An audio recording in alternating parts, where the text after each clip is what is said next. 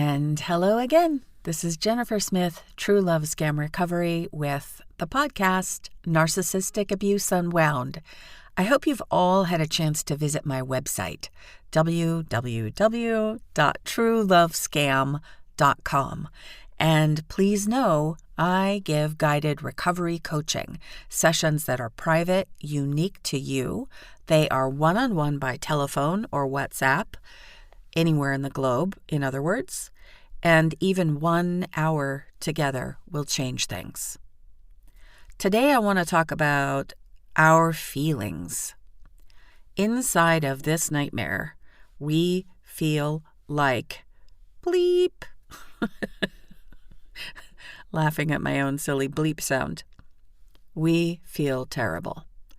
So what we do as normal human beings is interpret someone else's intention based on how we feel because of what they've done.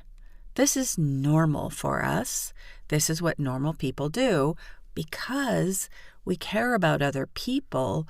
We care about how we make them feel, and we are careful and pay attention to how we say things or what we do because we want other people to feel good or supported or loved, that kind of thing. So we also then interpret how we feel from something someone else did as their intention. I feel like this, therefore this feeling I have was intended by them.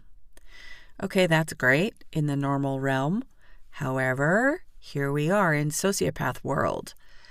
A sociopath is not doing what they do to create a specific feeling in us.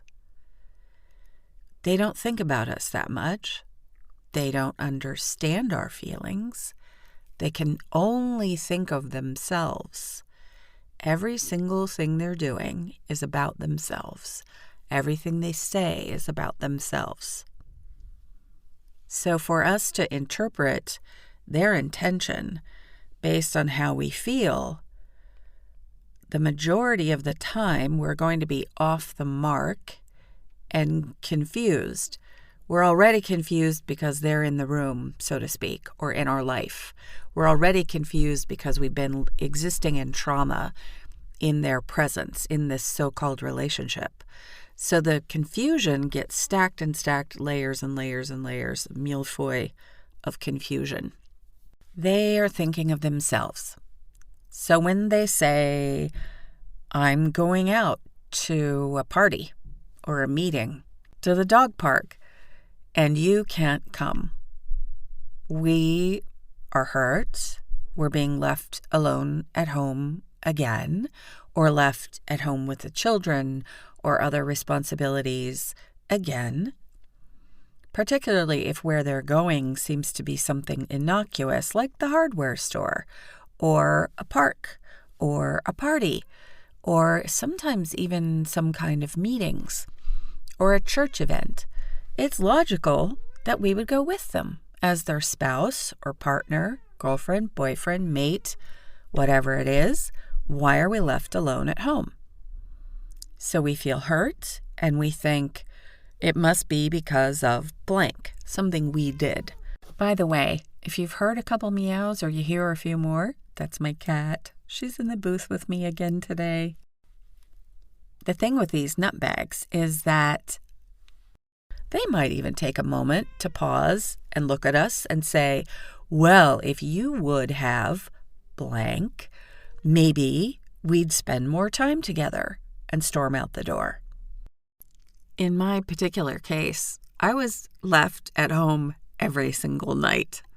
That's not an exaggeration, aside from maybe 4 nights in the very, very, very beginning. We went places that established him as a good guy among people I knew, which included someone he knew. In fact, the person who had introduced me to him, a friend, introduced me to this maniac. It turns out that this friend did not know this maniac well at all. I wasn't aware of that at the time. The way that we want to interpret what they do is not through how we feel. Step back, watch them. In good times and bad, watch them. If they're making you a promise and say they're going to buy you, I don't know, a ring, a dog, a house, a car, dinner, and they follow through, and then we tend to think, oh, they kept their promise. They made me feel good. Their intention must have been to make me feel good.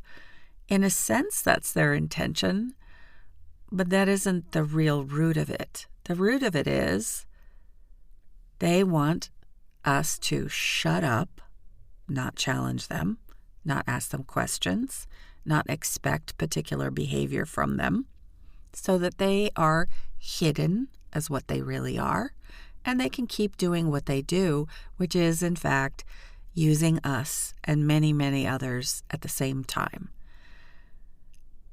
The same thing applies when they're doing something that makes us feel bad. So we feel punished, we feel left out, we're confused. They don't care how we feel, they care what we do about how we feel. If we take the things they do in as punishment or, anything towards ourselves, we also stop talking. We stop asking them questions. We don't expect anything from them. We tend, as normal human beings, to sit back and, quote, take the punishment and hope that it gets better. They're fine with that. They don't mind if they're able to walk out the door and leave us sitting there in a puddle on the floor or happily baking bread when they leave us alone at home to go do the things they do. So what is it they're doing when they're out? Hunting other prey, spending time with prey that we don't know about. The nutbag I was married to stayed out all night long, literally all night long. At the very end, he was coming home at 6 or 8 o'clock in the morning. He had gradually moved to that point, and I recall one night he was leaving, and he goes into what I call storytelling. It's to find out what we will accept, and they can continue. What is a deal breaker, so they need to modify it. Sometimes they're preempting the truth. This is when they're storytelling. They're telling us something they think we're about to find out. They want us to know their version before we find out from someone else. Or they are finding out, maybe we'll join in this thing. So will we accept and stay hooked? Is it a deal breaker they need to modify? If it's a certain kind of activity, will we join in on it?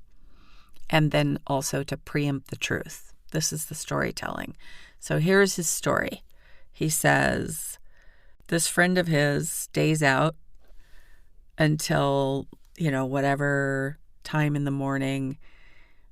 And when he mentioned to his friend that he was going to do that too, the friend said, oh, but Jennifer won't be okay with that because you're newlyweds. ... What was he doing? Yes, I felt terrible. I stood there confused. He was testing to see what I would say. Is staying out past midnight acceptable or not? He was scooching his curfew, shall we say, later and later and later every few weeks.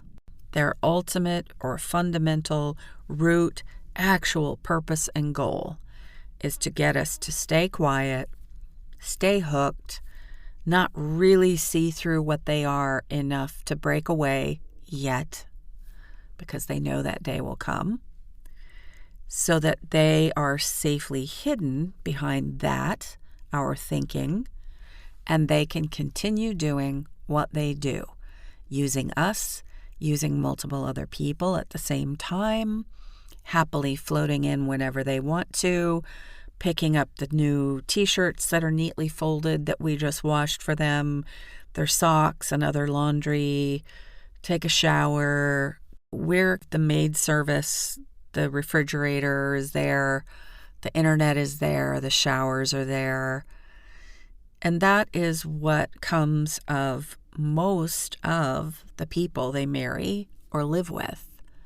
Some of us, additionally, are used as a sex doll.